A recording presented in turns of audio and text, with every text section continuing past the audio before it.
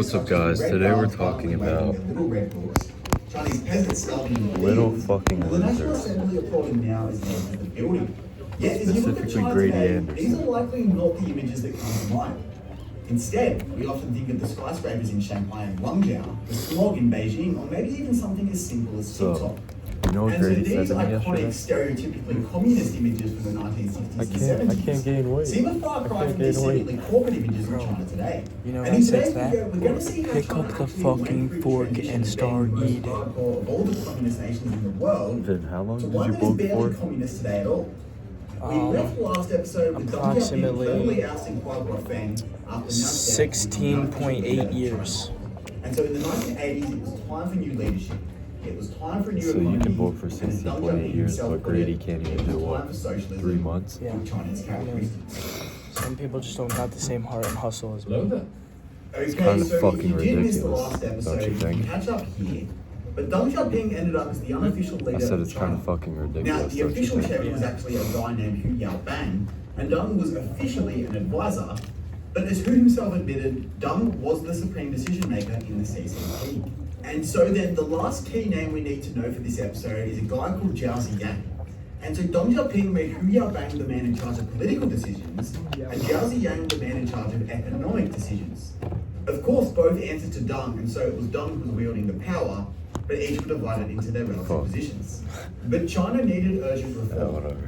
In 1978, 250 million Chinese were living in absolute poverty, and worse for the CCP, their neighbors Taiwan, who remember Mao Let's defeated talk in about war, Grady's really seems to be straight faring like economically better than the mainland. That's Okay, bad. so why do we think that Taiwan was faring economically better? Answer This each is question, right answer each question. after Mao Zedong and everything. I don't we know. just talked about, so that's kind of. If you're not helping me get equipped. Why do we think that Taiwan was economically better off? Look this video. Oh, cute. You're bad. You're bad. You're bad, but this is how I was, bro.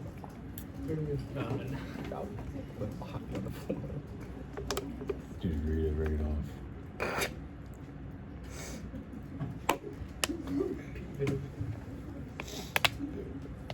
Did Mao leave China's economic system in a good place? No.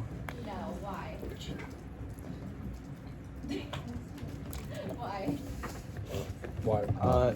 Give me like 5 seconds of think time. Think time? 1, 2, 3, 4. Yeah, I got nothing. The Great Leap Forward? The Chinese Revolution I just talked about? Yo, Colin. Probably, yeah. Yo, Colin. Do you think that left people in a good economic Say something state? to the No. When they were in a famine? No. The pod. No.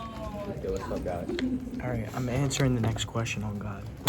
So the nationalists again had fled to Taiwan after the Civil War, so they were not around when all of those like Great Leap Forward, the Cultural Revolution was happening in mainland China. So they also didn't experience the famine and the loss of culture and the frustrations with the government. Does that make sense?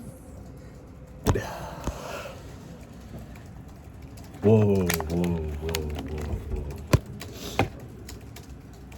Yeah. Do you think I can make this shot from here? Yeah. Should I do it? Okay, yeah, that makes sense. Yeah, it does make sense. It actually does. Yeah. Alright, I'm locked in now. So we got the nationalists that fled to Taiwan. We got the communists in China. The 1970s was also an interesting time for Taiwan because their leader, Chiang Kai-shek, died in 1975, and his son, Chiang Ching-hua, took over, and unlike his father, he actually allowed opposition parties to operate with some degree of freedom. At this point in history as well, the USSR was on the verge of what we call democratization.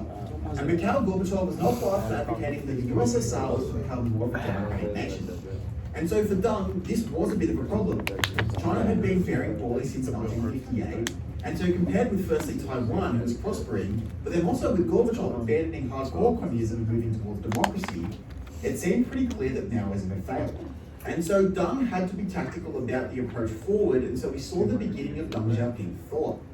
For Deng, Gorbachev was making a terrible mistake by reforming the political system before the economy. Because if you give poor people democratic rights, they'll simply vote you out for making them poor.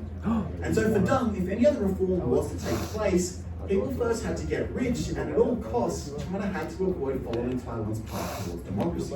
And so breaking completely from Mao's idea that everyone ought to be equal. So it's Here you go, important here you go. So- for what for Deng? The economy. The economy. Let's fucking Why? Because people are gonna vote you out if your economy's not good and they're not rich. And if you